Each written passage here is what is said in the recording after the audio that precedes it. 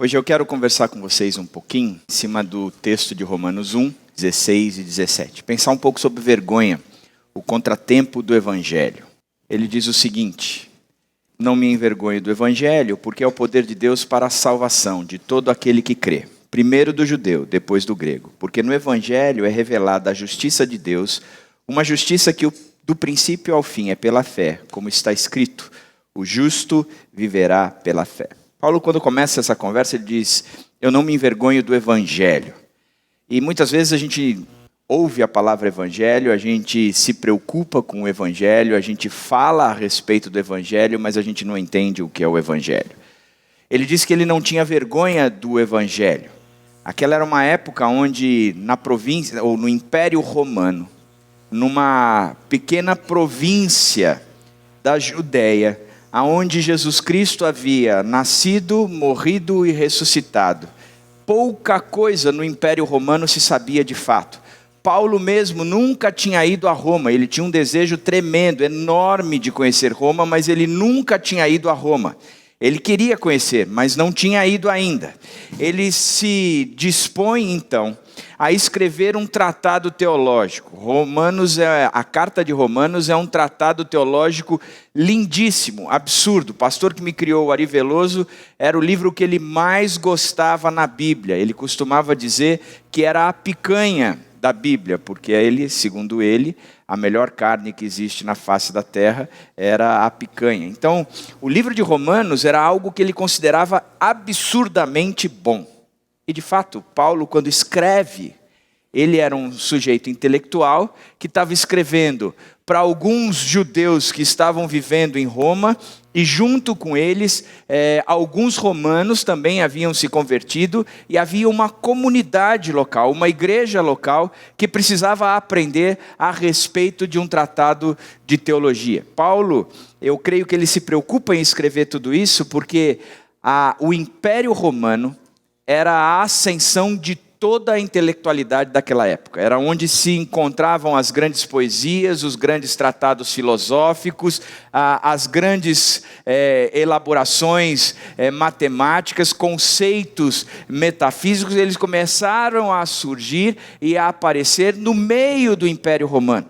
E Paulo tem que tratar com um pessoal que já não era mais os camponeses da Judéia, de Jerusalém, mas sim um povo mais intelectualizado, um pessoal que tinha mais a compreensão da razão, e por isso ele escreve algo extremamente profundo, que é o livro de Romanos. Mas logo no início, ele começa dizendo, ou ele nomina algo chamado Evangelho. Eu não me envergonho do Evangelho. E o Evangelho, ele tem tudo a ver com a história de Jesus Cristo e nós. O que Jesus Cristo fez, quem Jesus Cristo é e por que ele fez o que ele fez. Se nós não entendermos que o Evangelho é Jesus Cristo, nós não entendemos ainda o que é a nossa salvação. Se não há a compreensão de que Jesus Cristo é o Deus encarnado, ele não é um espírito de luz, ou um ser de luz, ou um profeta, ou qualquer outra coisa, ele é sim o Deus encarnado, aquele que desce dos céus e vem habitar entre nós. Por que ele faz isso? Por algumas razões. Uma delas é que o pecado trouxe uma condenação sobre nós, que era a morte. Ou seja, a existência da morte é a revelação de que eu e você somos pecadores.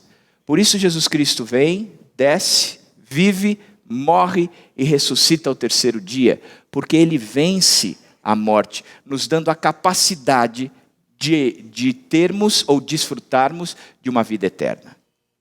Da mesma forma, como Jesus desce, e ele vem habitar entre nós porque ele sabe que nós somos falhos, a memória é curta e a gente não tem como enxergar a pessoa de Deus, entender quem ele é e nos tornarmos parecidos com ele. Então Jesus Cristo diz: eu vou resolver esse problema.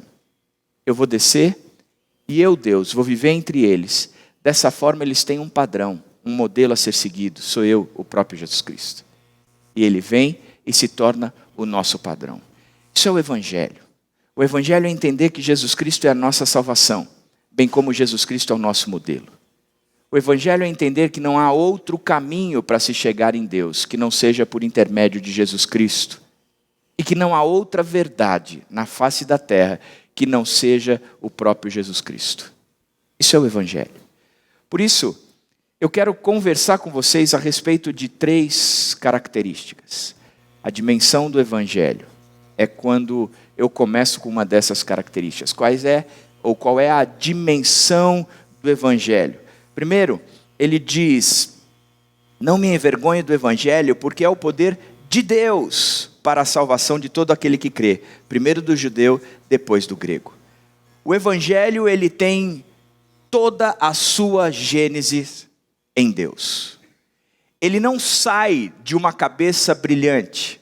Ele não parte de uma inspiração humana, mas ele é uma revelação divina. É Deus quem traz a informação a respeito do Evangelho. É Deus quem é o principal personagem no Evangelho. E é Deus quem é a principal ação ou movimentação do Evangelho. Por isso, o Evangelho tem uma dimensão inteira divina. A gente não exclui Deus do Evangelho. A segunda característica que o texto nos ensina é que é uma dimensão salvadora. Eu não me envergonho do Evangelho porque é o poder de Deus para a salvação. Se o Evangelho tem uma dimensão divina, o Evangelho ele também tem uma dimensão salvadora. Se você quer entender a salvação, você precisa compreender o Evangelho. A revelação de Deus, a exposição de Deus, o que Deus fez por mim e por você. Compreender que nós estávamos perdidos por causa do pecado e que não havia solução para mim e para você por causa do pecado. É aquilo que eu sempre digo e não canso de dizer: quando Deus chega no jardim e coloca uma árvore no meio do jardim dizendo: escuta, a nossa relação é tão boa, a nossa relação é tão limpa, a nossa relação é tão clara, a nossa relação é intensa, não há nada que impeça a nossa relação, porque eu sou Deus e você é criatura. Eu venho ao seu encontro diariamente, nós temos amizade, nós temos vínculos, nós temos liga. Porque não há nada que nos impeça, nada. Mas eu quero que você saiba o seguinte: isso só funciona porque eu sou Deus e você me tem como tal. No dia que você não quiser mais, o que eu quero que você entenda é que no meio dessa árvore há uma fruta do conhecimento do bem e do mal. Você pode pegar e comer. No dia que você comer, você vai morrer. Muitos de nós achamos que isso foi uma maldição de Deus, onde ele dizia: se você me desobedecer, eu vou lhe castigar. E vou lhe castigar com o pior castigo que existe na face da terra. Eu vou tirar sua vida, você vai morrer, seu safado. Porque ou você vive comigo, ou você está perdido. Eu gosto de entender esse texto não como um castigo de Deus, mas como um alerta, uma constatação. Quando Deus diz: eu sou vida, e você só tem vida em mim. A partir do momento que você se rebelar contra mim, a vida para de fluir em você. E a constatação é que você vai morrer. Então não coma, porque no dia que você comer, você certamente vai morrer. Porque o que eu estou dizendo a você é que essa relação de dependência, de significado, de propósito, entre eu e você, é que promove vida, porque eu sou vida.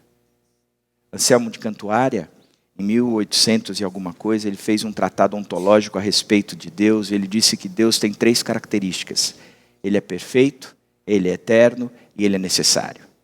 Se a gente encontrasse em Deus algo que tirasse a sua perfeição, ele deixaria de ser Deus. Se Deus tivesse algo que o criasse, para que ele tivesse um início, e não que fosse um ser eterno, este algo que o criou era maior que ele, portanto ele deixava de ser Deus. Mas Deus sempre existiu. Agora, Deus, para ser Deus, ele não é só perfeito, Ele não é só eterno, mas ele é necessário. Eu preciso dele. Eu preciso dele. Por isso, que quando a gente olha para um texto como esse, o que o Evangelho nos faz entender é que Deus, quando disse, não coma, porque no dia que você comer, você certamente vai morrer. O que eu estou dizendo para Deus é, você não é mais necessário a mim. Eu estabeleço as regras. E a constatação é, no dia que Deus não for mais necessário a você, você perde a vida. Jesus Cristo desce, vive, morre e ressuscita. Para que a condenação da morte fosse aplicada nele. Por isso a gente pode olhar para esse texto e entender que a história do Evangelho é salvação. Ela é salvadora. Ela me alcança a ponto de eu poder ter uma vida eterna. Como o próprio Jesus conversou com a irmã de Lázaro, dizendo, aquele que crê em mim, ainda que morra, viverá eternamente. Porque Ele é a vida. Ele é a vida. Que coisa bacana. Porque nós somos livres de nós mesmos. Nós somos salvos de nós mesmos. E o pecado nos destrói. Mas Jesus Cristo nos dá a vida. E o Evangelho conta a respeito disso. E a terceira dimensão do Evangelho é que ela é universal. Ele diz, não me envergonhe do Evangelho, porque é o poder de Deus para a salvação de todo aquele que crê, primeiro do judeu, depois do grego. Ele está dizendo que o Evangelho ele não é exclusivo ao povo judeu. Não é algo que pertence a uma cultura, mas é algo que é maior do que uma cultura. Interessante de pensar nisso, porque Paulo, quando escreve a carta de Romanos, ele talvez fosse, em Roma, o dos menores ou menos influente pensador daquela época. Entretanto, a sua mensagem era tão impactante que venceu todos os pensadores e intelectuais daquela época, aonde a sua mensagem dura até hoje e ela é ouvida de forma intensa no mundo inteiro. Significa que o Evangelho ele não era exclusivo de um povo. O Evangelho nunca foi dado simplesmente ao judeu. O judeu foi quem o recebeu primeiro, porque Jesus Cristo nasceu do meio dele. Mas além disso, ele expande a fronteira de Israel. E ele alcança a todos. Significa que todos precisam do Evangelho de Cristo. Todos. E não há salvação sem o Evangelho de Cristo. E essa é uma das grandes lutas que nós temos hoje em dia. Porque muitos estão aceitando tudo como verdade. No mundo informatizado, onde a informação vem de forma ligeira, onde nós podemos acessar tudo o tempo todo, aonde qualquer dúvida que a gente tenha, a gente obtém as respostas instantaneamente. Sexta-feira eu queria fazer um sour cream. E eu precisava entender como é que fazia o sour cream. Eu entrei na internet, vi como fazia, em 5 minutos aprendi e fiz um sour cream em menos de 5 minutos. Diga-se de passagem, maravilhoso. Maravilhoso. Se você quiser, eu te passo a receita. Não vou fazer não, mas passo a receita. Interessante como a informação chega até nós, de forma rápida. Só que a salvação é algo que pode chegar até nós e deve chegar a todo homem. Por isso tem muita gente que diz, escuta, mas como é que é essa história? Sujeitinho lá no meio do nada, sem acesso à internet, analfabeto, não sabe nada da vida, ele precisa da salvação, é para todo aquele que crê. Não há salvação sem Jesus Cristo. Precisa. Muitos questionam, mas isso não é justo. Justo não foi o que o homem fez. Porque nós somos tão egoístas que a gente tende a jogar a culpa para o outro. Mas por que o sujeito lá no meio de uma tribo, que nunca ouviu falar de Jesus Cristo, vai morrer e vai ser condenado eternamente? A culpa não é de Deus. A culpa é da humanidade que se rebelou contra Deus. O que Deus está fazendo é que na sua graça e misericórdia, Ele está manifestando novamente a salvação a todo homem, a todo homem. Mas quem se afastou não foi ele. Inclusive o alerta foi dado, não coma, porque se você comer, você certamente vai morrer. Por isso que a salvação é algo impressionantemente sério. Eu e você temos que entender isso como algo que não tem como negociar. Por isso que quando Jesus chega e diz, eu sou o caminho, a verdade e a vida, ninguém vem ao Pai senão por mim, o que Ele está dizendo é, salvação é exclusiva, é só em Jesus Cristo. Não tem outro tipo de salvação. Ah, mas o povo tal acredita nisso. Pois o que a Bíblia está dizendo é que é um povo que precisa de salvação. Porque ela é universal a todos os homens. Por isso, se a gente pudesse resumir a dimensão do Evangelho, nós diríamos que ela é divina, ela é salvadora e ela é universal. O Evangelho é divino, é salvador e é universal. Eu preciso do Evangelho. A segunda característica do texto é qual é a verdade do Evangelho. A verdade do Evangelho se apresenta em primeiro lugar que é o poder de Deus. Eu não me envergonho do Evangelho porque é o poder de Deus para a salvação de todo aquele que crê, primeiro do judeu, depois do grego. O que é bacana no Evangelho é que a gente vai abrindo um leque dizendo, se o homem fechou todas as portas, olhando para si mesmo e dizendo, eu não preciso de Deus, o que Deus faz no Evangelho é abrir as portas novamente, dizendo, através do poder de Deus, que é o Evangelho, eu trago salvação a todos vocês. Significa que o Evangelho não é algo que simplesmente se resume a uma história. O Evangelho é algo que traz com Deus uma dinâmica, um movimento, um projeto de Deus de restauração do ser humano. Significa que o Evangelho é poder.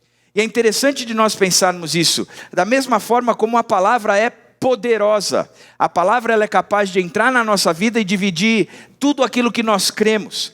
Significa que nós precisamos entender o Evangelho, porque o Evangelho tem a capacidade de nos transformar. Porque é poder de Deus.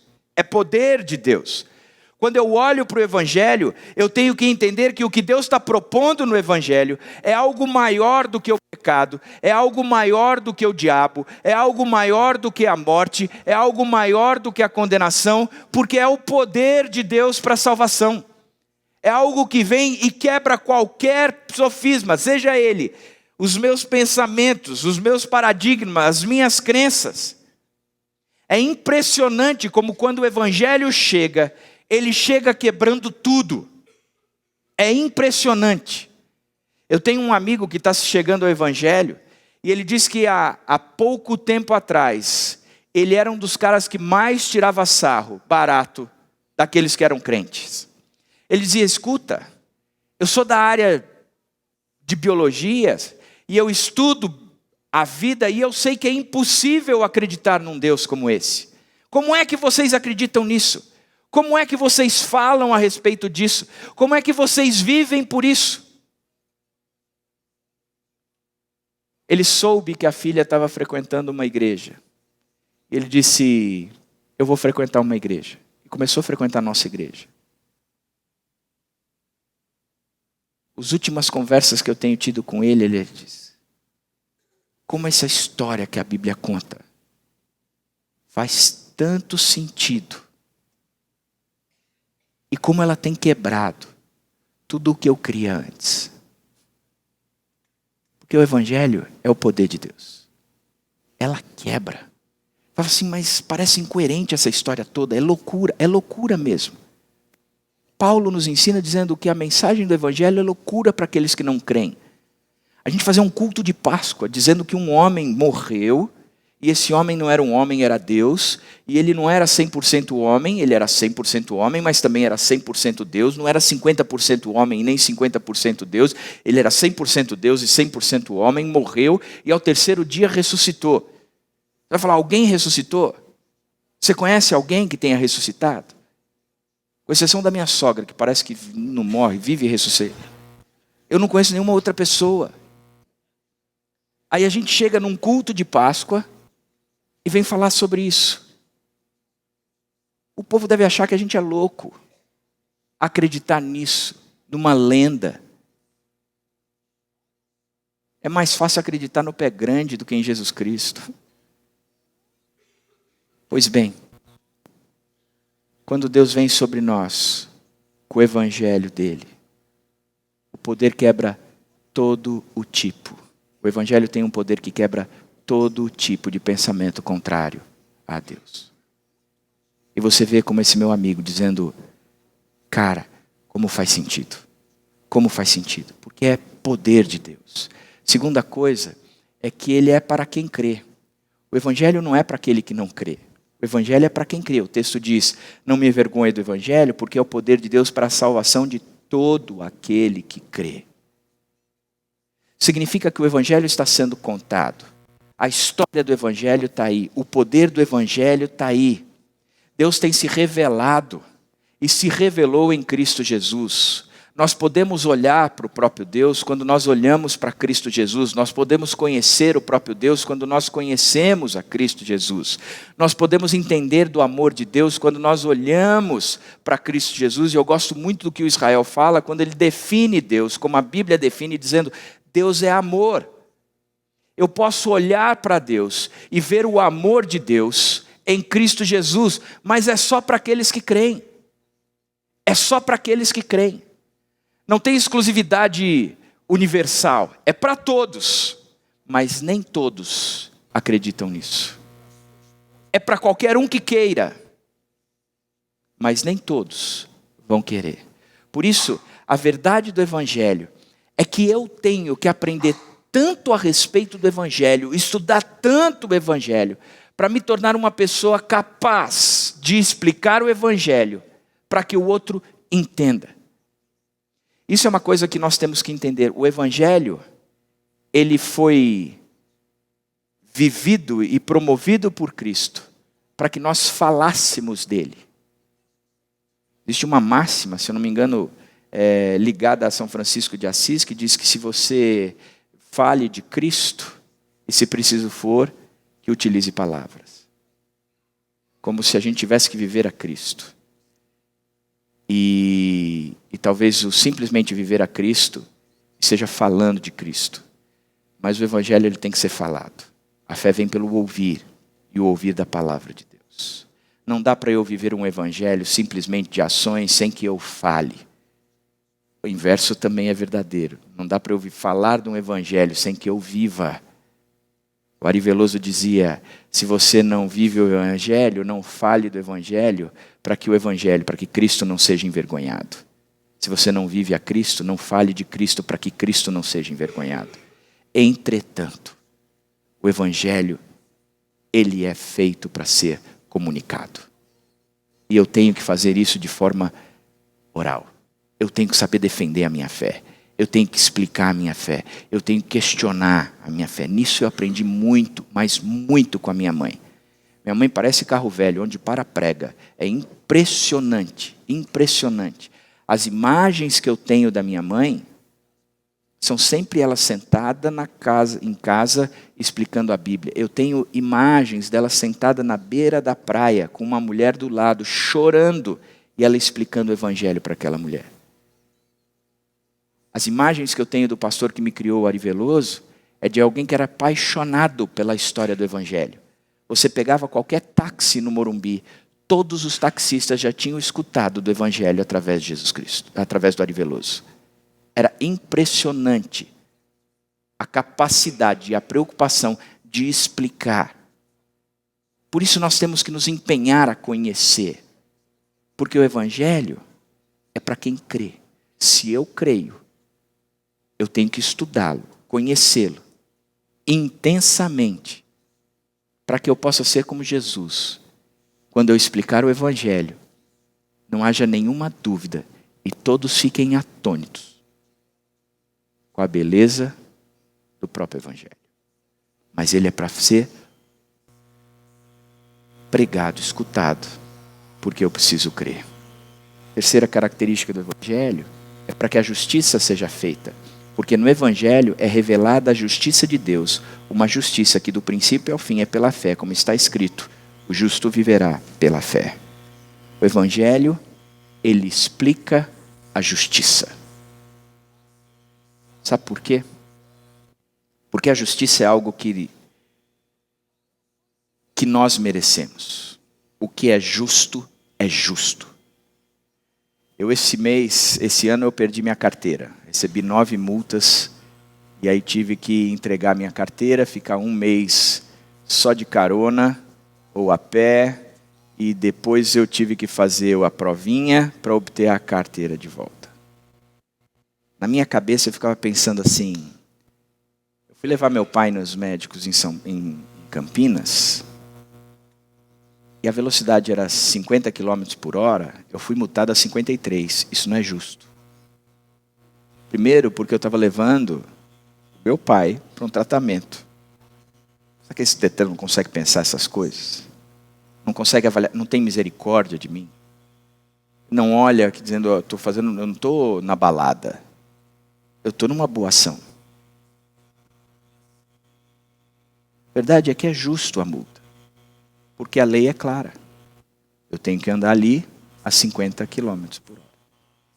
Passei disso, vou ser multado. Extrapolei os 20 pontos, perco a carteira.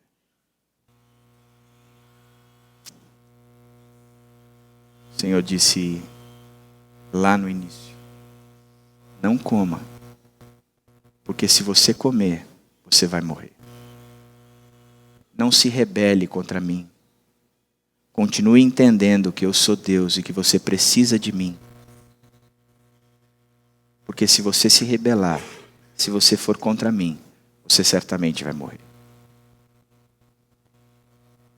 Houve a rebeldia.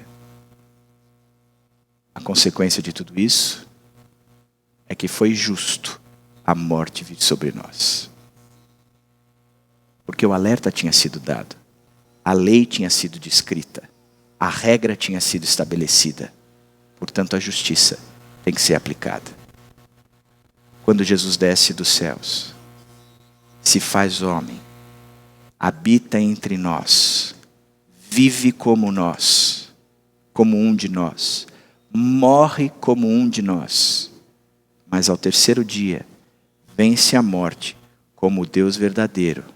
A justiça foi aplicada, porque a condenação da morte foi aplicada nele, e a morte foi vencida por ele. Portanto, é no Evangelho que é revelada a justiça de Deus. É o Evangelho que nos faz viver a justiça. Porque se o Evangelho revela a justiça, o que sobra para mim e para você é a justiça. Nós temos que viver pela justiça. Por isso que eu gosto muito de uma frase do Packer, que ele diz o seguinte: o Evangelho apresenta soluções para os problemas de sofrimento e injustiça, mas o faz primeiro resolvendo o mais profundo de todos os problemas humanos, o problema do relacionamento do homem com o seu Criador. E se não esclarecermos que a solução daqueles problemas depende da solução desse último, estaremos deturpando a mensagem e tornando falsas testemunhas de Deus. Nós estaremos deturpando o Evangelho. O Evangelho começa com a justiça, a vitória sobre a morte. Mas o Evangelho estende a justiça para soluções de problemas de sofrimento e injustiça. Ele traz isso, ele resolve isso. Por isso que quando nós olhamos para um país como o nosso, onde a injustiça, a corrupção, a maldade impera em todos os setores, o que este país precisa é ouvir a respeito do Evangelho e ver pessoas que vivam o Evangelho, porque somente o Evangelho é o poder de Deus para a salvação.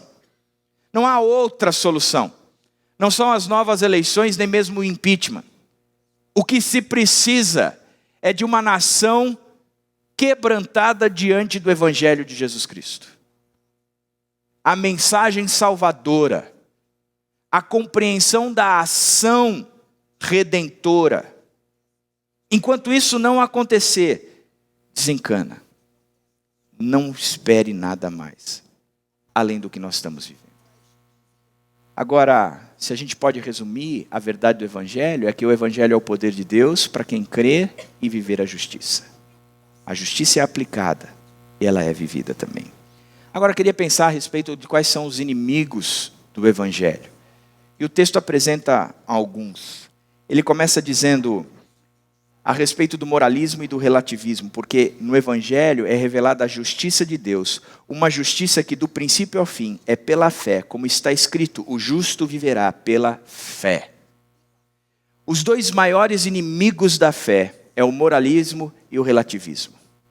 É o legalismo, quando eu acho que dá para ser feito por mim mesmo, e essas regras têm que serem cumpridas, porque se não forem cumpridas eu não obtenho salvação. E aí eu digo para você o seguinte, a maior parte das religiões, elas são moralistas, elas não são libertadoras.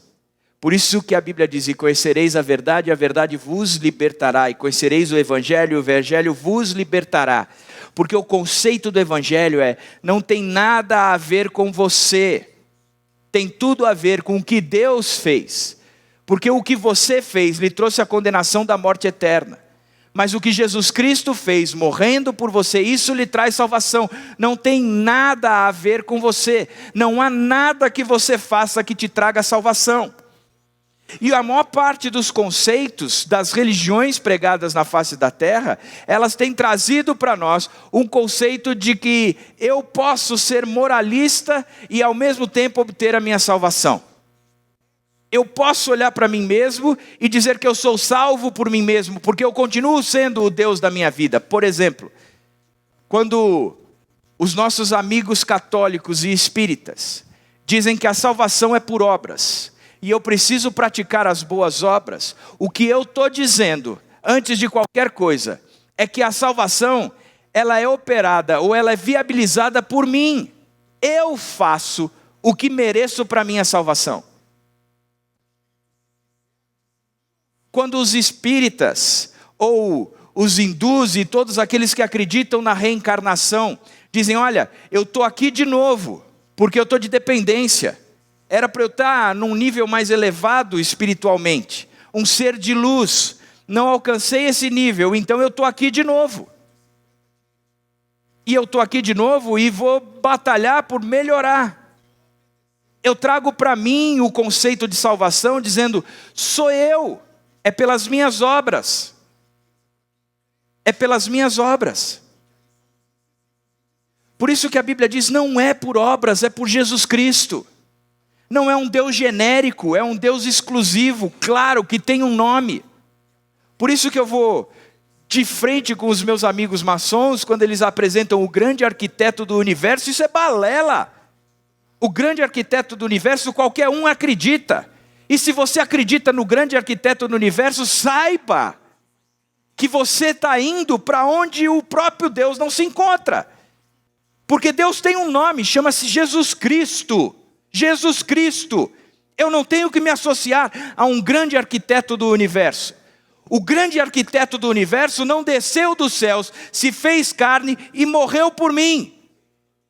Ele não fez isso, então ele não me dá salvação. Isso é um engodo, que eu preciso cair fora disso, porque eu preciso da salvação em Cristo Jesus. Eu não posso ser moralista, e nem relativo. Ou é ou não é. Não dá para ser genérico. Ou é ou não é. Ou é Jesus Cristo, que é o caminho, que é a verdade, e que é a vida, eu vou ficar reencarnando, eu vou ficar praticando boas obras, não vou chegar a lugar nenhum, porque reencarnação não existe, é dado ao homem morrer uma só vez. Não tem o limbo, onde eu fico lá expurgando os meus pecados, é daqui direto para a condenação, ou para a salvação. Por isso que não dá para ser genérico.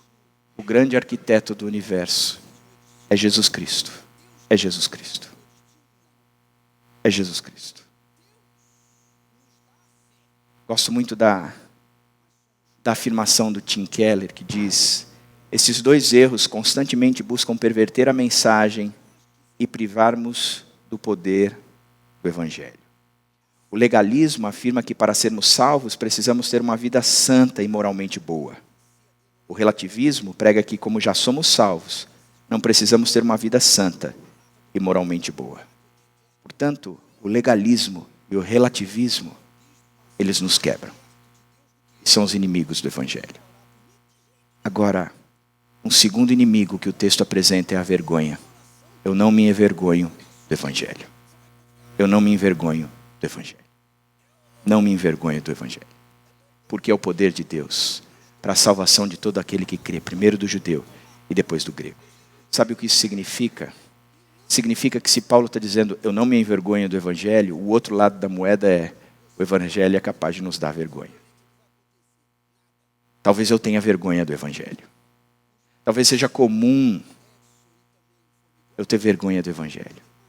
Nós vivemos num mundo tão pluralista hoje, tão pluralista, onde todos os deuses são aceitos, onde Deus é um ser só, é esse ser genérico, o grande arquiteto do universo, seja lá o que for, esse negócio muito genérico, mas muito genérico, que nós acabamos aceitando todas as verdades. Não existe mais o absoluto.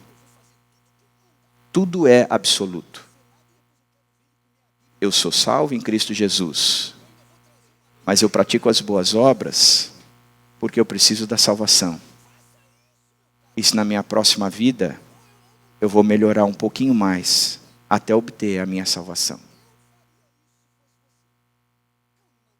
Eu sou salvo em Cristo Jesus, mas os astros hoje dizem que eu não deveria jogar na Mega Sena. Eu sou salvo em Cristo Jesus, mas os astros hoje dizem que a minha vida não está boa para o amor.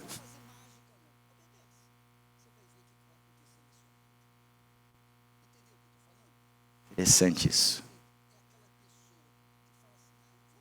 Esse pluralismo, ele não nos ofende tanto quando nós dizemos, eu sou cristão. Porque hoje tudo é aceito por todos. Tudo é aceito por todos. Eu sou cristão, mas eu vou fazer parte de tal fraternidade. Porque eu tenho a minha fé. E fazer parte daquela fraternidade não vai impor nenhum tipo de problema para mim, porque tudo é aceito. Eu sou cristão, mas eu posso fazer isso. Eu sou cristão. Todas as coisas me são lícitas. Então eu posso viver dessa forma. O ser cristão é se posicionar a favor do Evangelho. É ir contra a maré. É dar a cara para bater. É saber que vai ter gente com raiva de você. É saber que tem gente que vai te odiar. Porque você diz que você é dono da verdade. Porque a verdade é Jesus Cristo. E na verdade você não é dono da verdade. A verdade que é Jesus Cristo que é dona de você. Por isso eu não me envergonho. Por isso eu não me envergonho. Sabe, eu não posso fazer isso. Porque eu sou cristão. Não dá para eu negociar minha carta com alguém. Eu perdi, eu tenho que entregar minha carta porque eu sou cristão. Eu estourei os pontos, tem uma pena. Eu vou entregar a carta. Não vou dirigir sem carta, mas eu vou cumprir o que tem que ser cumprido. E aprendi, fiquei esperto. Dói no bolso. Mas essa é a realidade. Essa é a realidade. Eu não me envergonho do Evangelho. Porque uma das coisas que a gente tem que entender é que o Evangelho,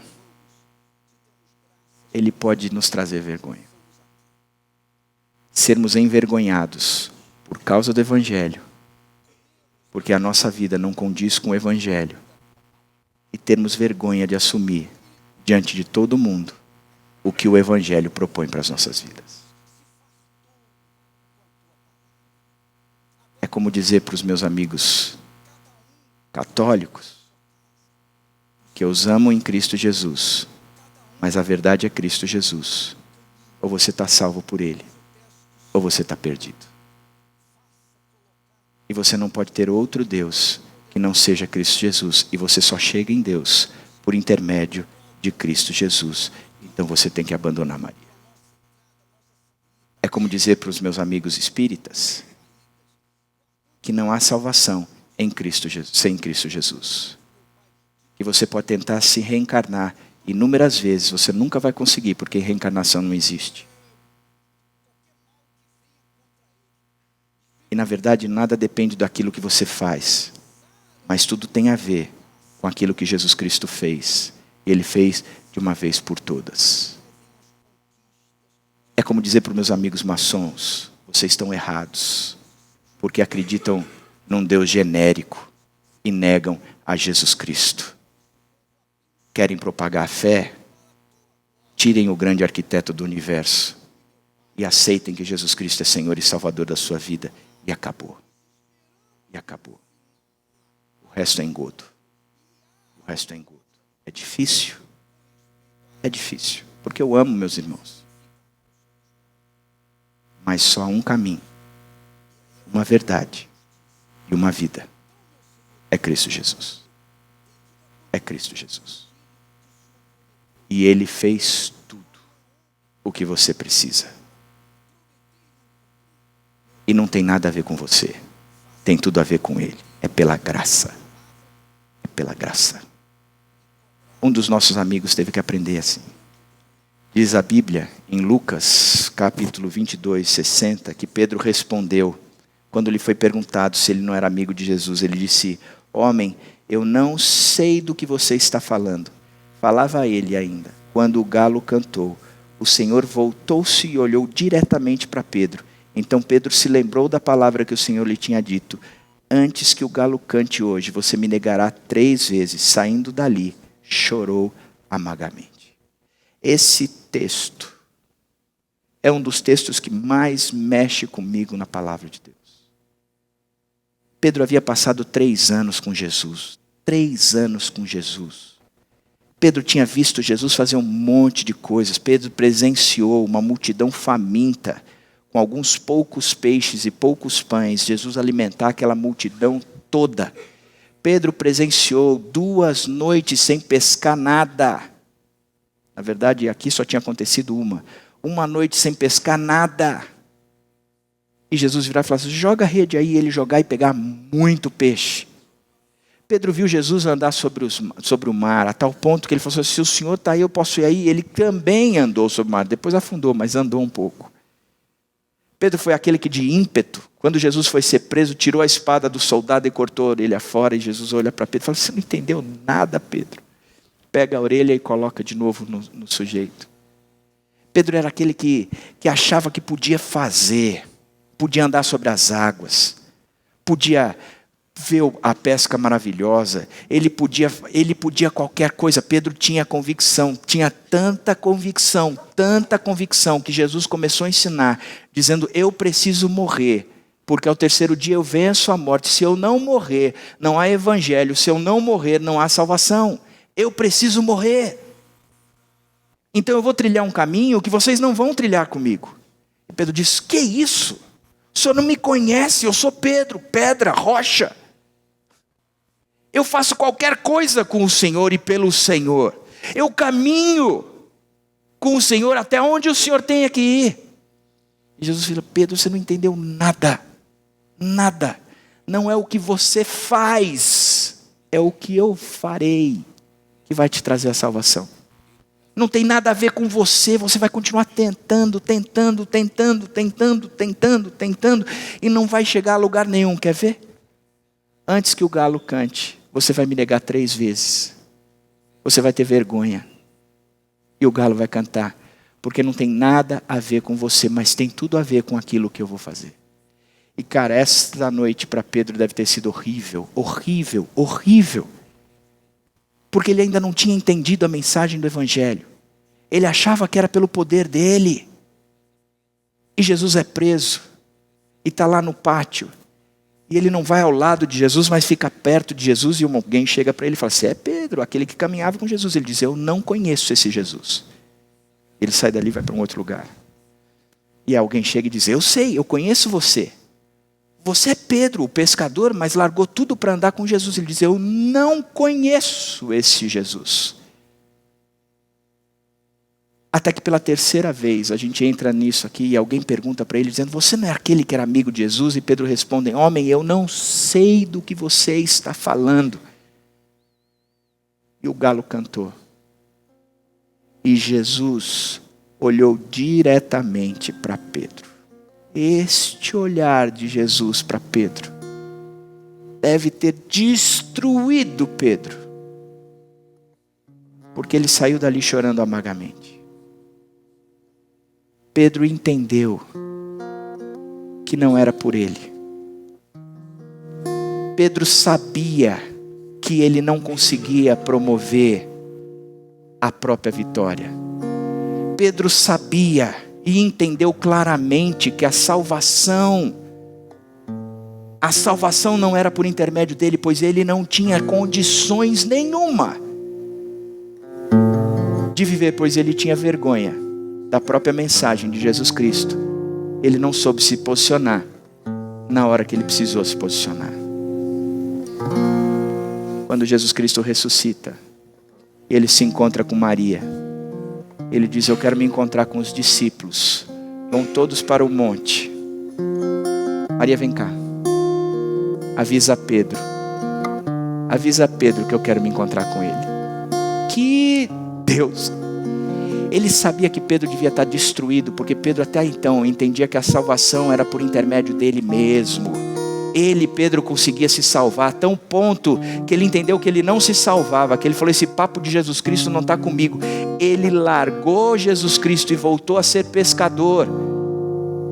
Jesus foi ter um encontro novamente com Pedro, na beira do mar, quando Pedro tinha passado uma noite inteira sem pescar nada. E mais uma vez Pedro experimenta a pesca maravilhosa.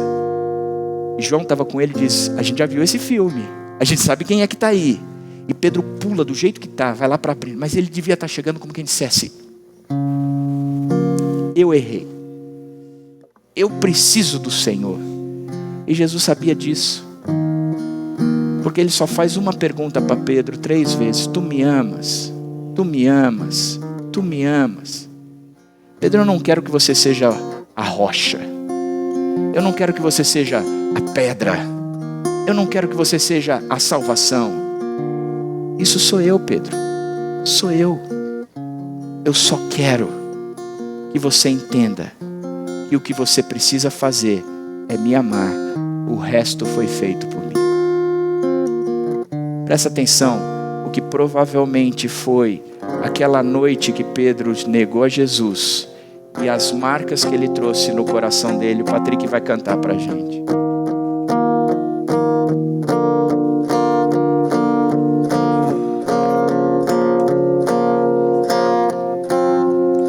Sentado à beira-mar, bem perto da fogueira, o mestre me explicou que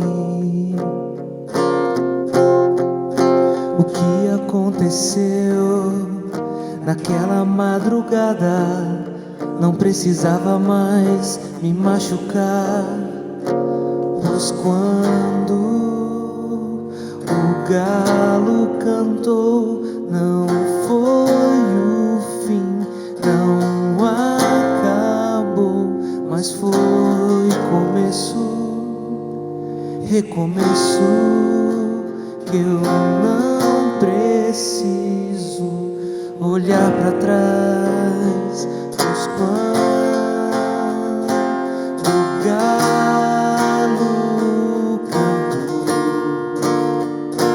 o tempo Deus zerou, um novo dia começou.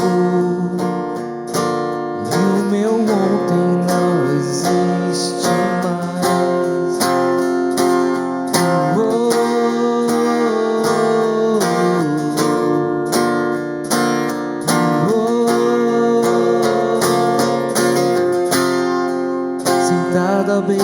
lá, perto da fogueira, o mestre me explicou, me perdoou.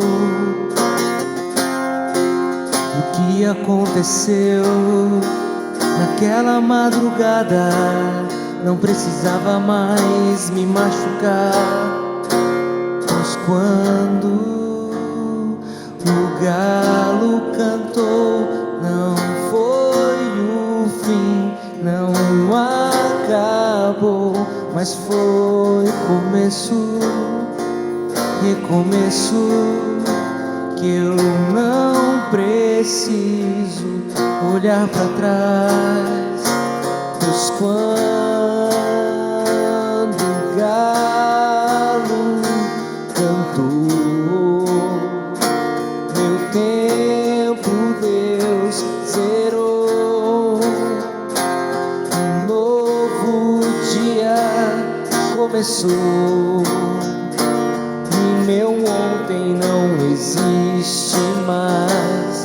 Não preciso ficar preso à madrugada, porque já fui alcançado pela graça, me abençoou, me perdoou, meu ontem caducou. Pois quando o galo cantou, meu tempo Deus zerou, um novo dia começou, e o meu ontem caducou. Pois quando o galo cantou, meu tempo Deus zerou, um novo dia começou, e o meu ontem não existe mais. Esse é o Evangelho. Jesus Cristo desceu dos céus e se fez homem, habitou entre nós, morreu por nós, mas ao terceiro dia ele venceu a morte, para que todo aquele que nele crê não pereça, mas tenha a vida eterna. A graça é que não tem nada a ver com você. Nada a ver com você. Nada a ver com você. Não há o que você faça que alcance a sua salvação. A graça é: Jesus Cristo já fez tudo. Ele já fez tudo por você. E a morte foi vencida. E o nosso pecado foi perdoado. A nossa transgressão esquecida. E a nossa casa está sendo preparada por Ele, para que quando Ele voltar, todos os que creram estejam com Ele eternamente.